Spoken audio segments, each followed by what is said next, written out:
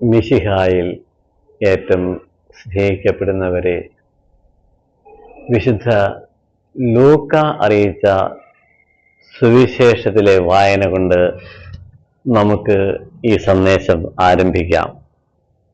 2-ാം അധ്യായം 10-ാം വാക്യം. ദൂതൻ അവരോട് പറഞ്ഞു, ഭയപ്പെടേണ്ട,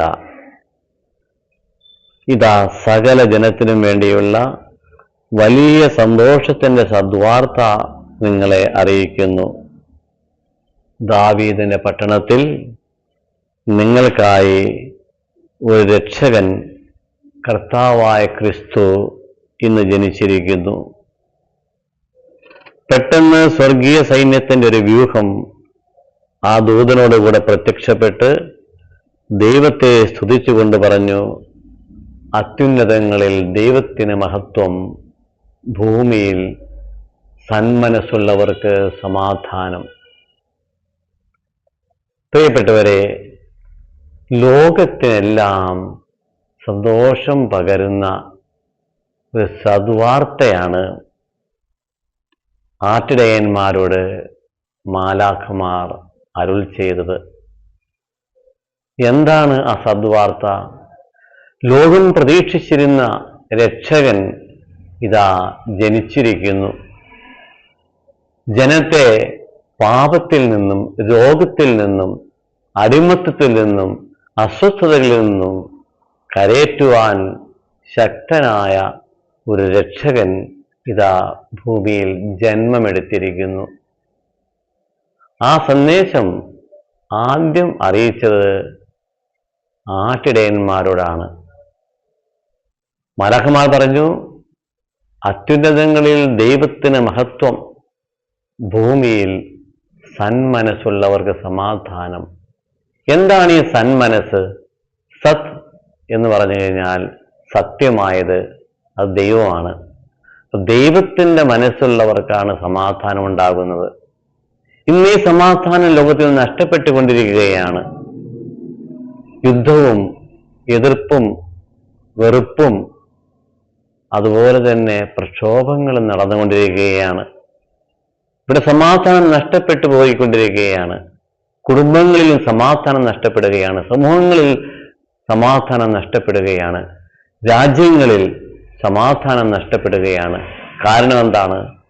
മനുഷ്യന്റെ ഈ സന്മനസ് നഷ്ടപ്പെടുന്നു. ദൈവത്തിൻ്റെ മനസ്സ് അവനുണ്ടായിരുന്നു, അത് പാപം മൂലം നഷ്ടപ്പെട്ടു പോകുന്നു. വെറുപ്പും വിദ്വേഷവും കൊണ്ട് നിറഞ്ഞ് സദ് മനോഭാവം നഷ്ടപ്പെടുന്നു. ഇങ്ങനെയുള്ള ഈ അവസരത്തിൽ ഈ ക്രിസ്തുമസ് സന്ദേശം വളരെയേറെ പ്രസക്തമാണ്.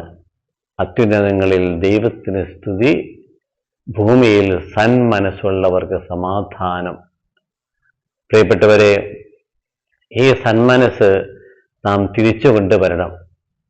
ശത്രുവിനെ പോലും സ്നേഹിക്കുവാൻ വേണ്ടി കൽപ്പിച്ച കർത്താവിൻ്റെ ആ സന്ദേശം ഉൾക്കൊള്ളണം. ദൈവത്തിൻ്റെ മനസ്സിൽ മറ്റുള്ളവരെ കുറിച്ച് ശത്രുവെന്നോ മിത്രമെന്നോ രോഗിയെന്നോ ആരോഗ്യവാനെന്നോ സമ്പന്നനെന്നോ പണക്കാരനെന്നോ ജാതി മത വ്യത്യാസമോ ഒന്നുമില്ല. ദുഷ്ടന്റെയും ശിഷ്ടന്റെയും മേൽ മഴ പെയ്യ്ക്കുന്നവനാണ് ദൈവം. ദൈവത്തിന് മുമ്പിൽ എല്ലാവരും സമതുല്യരാണ്.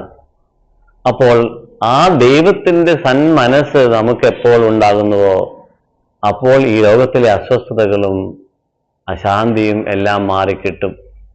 ഇന്ന് നാം പണം നേടുവാനും പ്രശസ്തി നേടുവാനും ലോകം വെട്ടിപ്പിടിക്കുവാനും അധികാരം കൈക്കൊള്ളുവാനും ഒക്കെ ഓടി നടക്കുകയാണ്. പക്ഷെ എത്ര പേർ ദൈവത്തിൻ്റെ സന്മനസ് സമ്പാദിക്കുവാൻ ശ്രമിക്കുന്നുണ്ട്? അതായത് അപരനെ തന്നെ പോലെ സ്നേഹിക്കുവാൻ എത്ര പേര് ശ്രമിക്കുന്നുണ്ട്? എന്തെങ്കിലും തൻ്റെ അഭിപ്രായത്തോട് ആരെങ്കിലും എതിര് പറഞ്ഞു കഴിഞ്ഞാൽ ഉടൻ തന്നെ അവനെ വെറുക്കുക, അവനെ ശത്രുവായി കാണുക, അവനെ ഇല്ലാതാക്കുവാൻ ശ്രമിക്കുക. ഇതാണ് ഇന്നത്തെ ഒരു പ്രവണത. അത് മാറ്റിയിട്ട് ദൈവത്തിൻ്റെ മനസ്സ് എല്ലാവരെയും സമരായി കണ്ടുകൊണ്ട് എല്ലാവരെയും സ്നേഹിച്ച് ജീവിക്കുമ്പോൾ ഈ ക്രിസ്തുമസ് ഒരു വലിയ അനുഭവമായി തീരും. ക്രിസ്തുമസ് സമയത്ത് നാം കാണുന്ന ഒരു കാഴ്ചയുണ്ട്, മനോഹരമായ കാഴ്ച. അതെന്താണ്? നക്ഷത്രങ്ങൾ തൂങ്ങുന്നു വീടുകളുടെ മുൻപിൽ, അതുപോലെ സ്ഥാപനങ്ങളുടെ മുമ്പിൽ. എന്താണ് ഈ നക്ഷത്രം പറയുന്നത്? ഇതാ ഈ വീട്ടിൽ, അല്ലെങ്കിൽ ഈ സ്ഥാപനത്തിൽ, അല്ലെങ്കിൽ ഈ സ്ഥലത്ത് ദൈവം പിറന്നിരിക്കുന്നു എന്നാണ് ആ നക്ഷത്രം പറയുന്നത്. കാരണം ക്രിസ്തു ജനിച്ചപ്പോൾ ആകാശത്ത് ഒരു വിചിത്രമായ നക്ഷത്രം കണ്ടു. ആ നക്ഷത്രത്തെ നോക്കിയാണ് പൂജരാജാക്കന്മാർ ബെത്ലഹേമിലേക്ക് യേശുവിനെ കാണുവാൻ വന്നത്.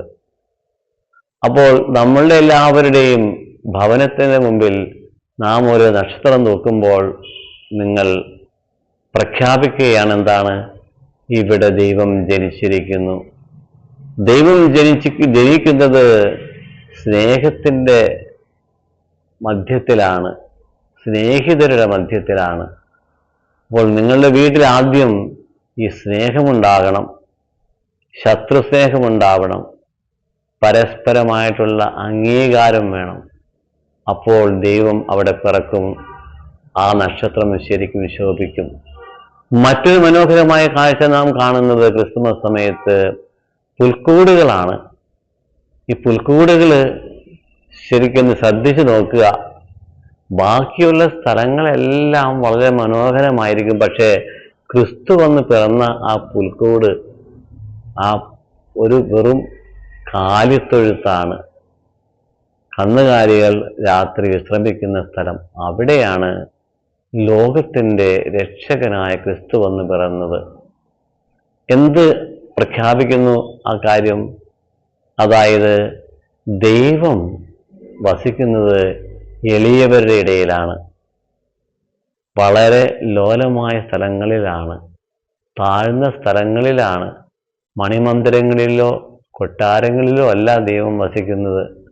അപ്പോൾ നമ്മുടെ എല്ലാവരുടെയും ഭവനങ്ങൾ ഒരു ദൈവത്തിന് വസിക്കുന്ന ആലയമാക്കി തീർക്കുവാൻ ഈ ക്രിസ്തുമസിന്റെ അവസരത്തിൽ നാം ശ്രദ്ധിക്കണം.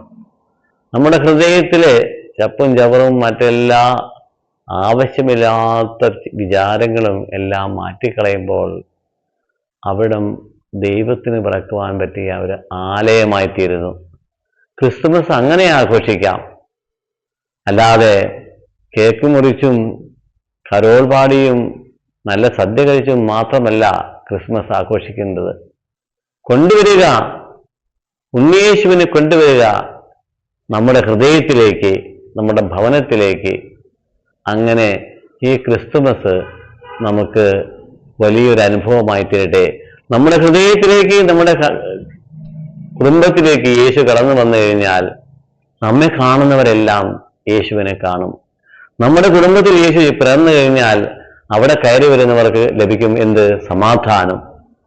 ജീവിതത്തിൽ കഷ്ടപ്പെട്ടും വേദനിച്ചും ഒക്കെ നടക്കുന്നവര് നമ്മുടെ വീട്ടിലേക്ക് കയറി വരുമ്പോൾ, നമ്മുടെ പുൽക്കൂട്ടിലേക്ക് ഒന്ന് നോക്കിക്കഴിയുമ്പോൾ അവർക്ക് കിട്ടും ശാന്തി, സമാധാനം, അവർക്ക് കിട്ടും ആശ്വാസം, അവർക്ക് കിട്ടും ദൈവത്തിൻ്റെ ആശ്വാസത്തിന്റെ വചനങ്ങൾ പറഞ്ഞിട്ടുണ്ട്.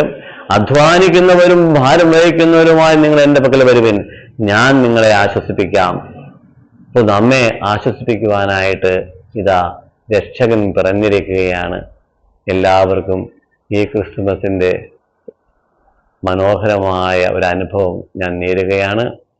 ഈ 2025 ക്രിസ്തുമസ് എല്ലാവർക്കും ഒരു പുതിയ അനുഭവമായി മാറട്ടെ. 2026 നമ്മൾ കിടക്കുമ്പോൾ ഓർക്കുക, പുതുജീവൻ, പുതുവർഷം, പുതു അനുഭവം, ശാന്തിയുടെയും സമാധാനത്തിൻ്റെയും ആയി മാറട്ടെ. എല്ലാ വിദ്വേഷങ്ങളും പഴയ വെറുപ്പുകളും എല്ലാം കുഴിച്ചു മൂടുക. എന്നിട്ട് പരസ്പരം ആലിംഗനം ചെയ്ത് നീ എൻ്റെ സഹോദരനാണ്, നിന്നെയും ഞാൻ സ്നേഹിക്കുന്നു എന്ന് പറയുവാനുള്ള ചങ്കൂറ്റം നമുക്കുണ്ടാവട്ടെ. അതത്ര എളുപ്പമല്ല എങ്കിലും നാം അത് ശ്രമിച്ചു കഴിയുമ്പോൾ അവിടെയാണ് ദൈവം പിറക്കുന്നത്. ശത്രുവിനോട് ക്ഷമിച്ചവനെ കെട്ടിപ്പിടിച്ച് നീ എൻ്റെ സഹോദരനാണ്, ഞാൻ നിന്നോട് ക്ഷമിക്കുന്നു പറയുമ്പോൾ ദൈവം അവിടെ പിറക്കുന്നു. ദൈവം അവിടെയാണ് നമുക്ക് ശാന്തിയും സമാധാനവും നൽകുന്നത്. ദൈവം നിങ്ങളെ അനുഗ്രഹിക്കട്ടെ. ആമേൻ.